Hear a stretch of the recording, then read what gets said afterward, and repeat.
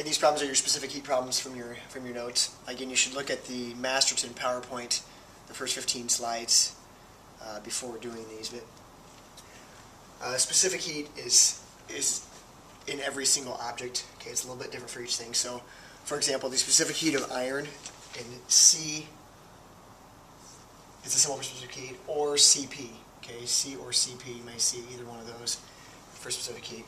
For iron, the specific heat is 0.446 joules per gram per degree Celsius.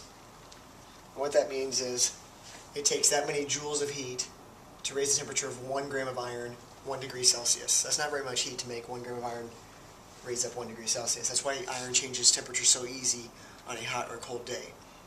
Okay, it transfers heat very, very quickly. Whereas water specific heat is 4.18 joules per gram per degree Celsius. So it takes 4.18 joules of heat to make 1 gram of water change 1 degree Celsius. It takes a lot more heat to change temperature of water than does change temperature of iron. That's why a pool on a hot day does not fluctuate a whole lot. It takes a lot of heat to make that temperature raise a small amount. Again, specific heat is different for every single object.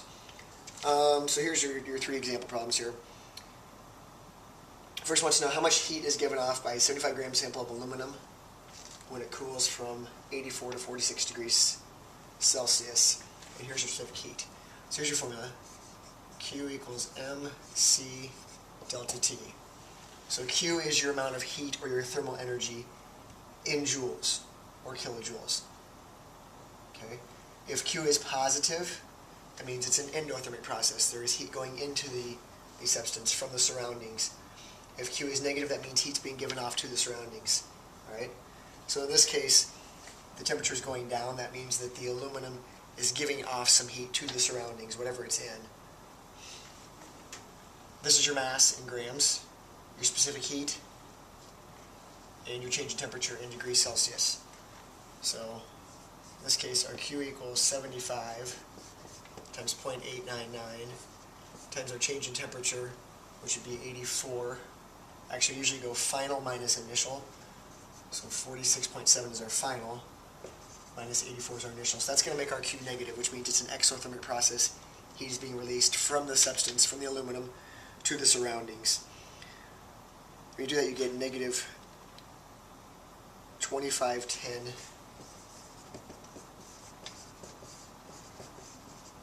joules, or 2.51 kilojoules. So that much heat is being released.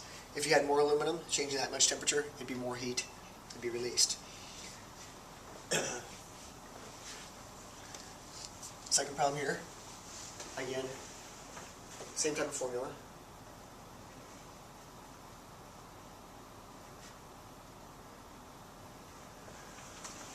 Specific heat of ethyl alcohol.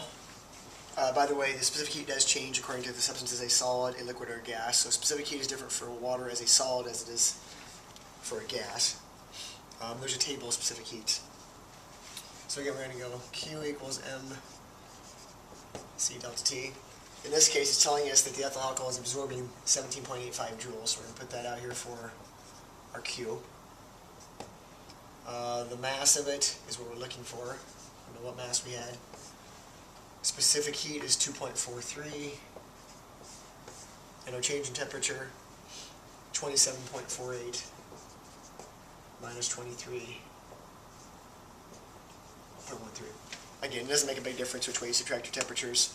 Obviously, our mass has to be positive, so we're going to take this divided by the product of those two, and our mass in this case is about 1.69 grams. Probably not the type of problem we're going to be using all that much. Last problem. We're going to try and figure out the specific heat. So we're looking for that C value of an alloy, which means a mixture of metals. There's our Q value. So we're going to go Q equals mc delta T. Q is 17.998. It's a 6 gram sample, so there's your mass. Trying to figure out what is that specific heat. We'll do a lab like this also. The sample changed from 20 to 28.35. So our change temperature is going to be 8.35 is how much it changed. Again, we'll take this number divided by the product of those two. Specific heat is 0.359. It's important you know the labels for specific heat. It is joules per gram per degree Celsius.